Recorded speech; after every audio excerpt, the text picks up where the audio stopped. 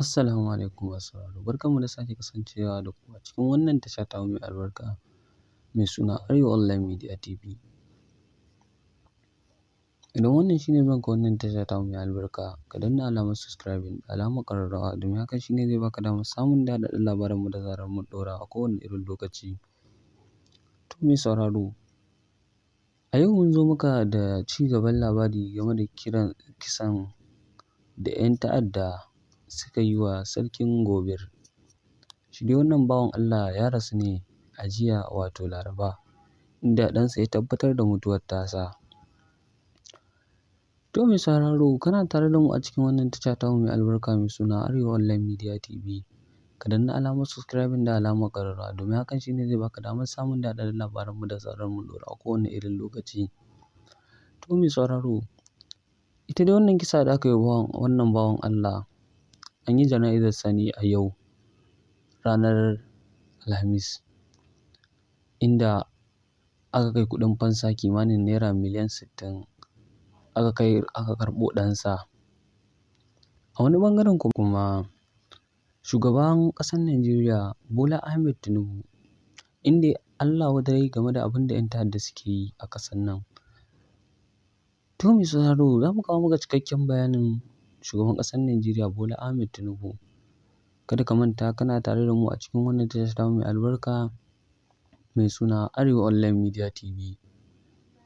Ka danna alamar subscribing da alamar ƙararrawa domin hakan shine zai baka damar samun daɗaɗɗen labaranmu da zarar mun ɗora a kowane irin lokaci. To mai sauraro, shi dai shugaban ƙasar Najeriya Bola Ahmed Tinubu ya yi Allah wadai da abin da 'yan ta'adda suka yi wa Sarkin Gobir, kuma ya ce hakan zai kawo sanadiyyar ƙarar da ta'addanci a wannan ƙasa tamu ta Najeriya. Ta wani ɓangaren kuma gwamnan Sokoton da kanshi ya ce gwamnatinsa hankalinta ba zai kwanta ba har sai sun kawo ƙarshen 'yan ta'adda a wannan ƙasar da kuma jihar baki ɗaya. To mai sauraro, me ra'ayinka game da wannan kisa da aka yi wa wannan bawan Allah? Kada ka manta kana tare da mu a cikin wannan tasha tamu mai albarka mai suna Arewa Online Media TV. Ka danna alamar subscribing da alamar ƙararrawa domin hakan shine zai baka damar samun daɗaɗɗen labaranmu da zarar mun ɗora a kowane irin lokaci. To mai sauraro, ta wani ɓangaren kuma al'umma suna cewa kenan ma ta'addancin an san ana yi ba a niyyar dakatar da su ba ne sai yanzu, inda wasu ɓangare daga cikin 'ya'yansa suke cewa gwamnati tana da alhinin kisa ga mahaifinsu. A nan gaba za mu kawo maka bidiyon da ɗansa yake magana game da kisan da aka yi wa mahaifinsa.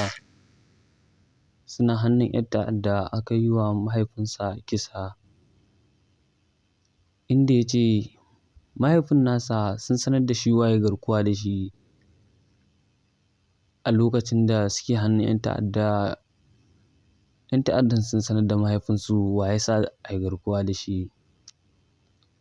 To mai sauraro, ka kasance da mu a wannan tasha tamu mai albarka.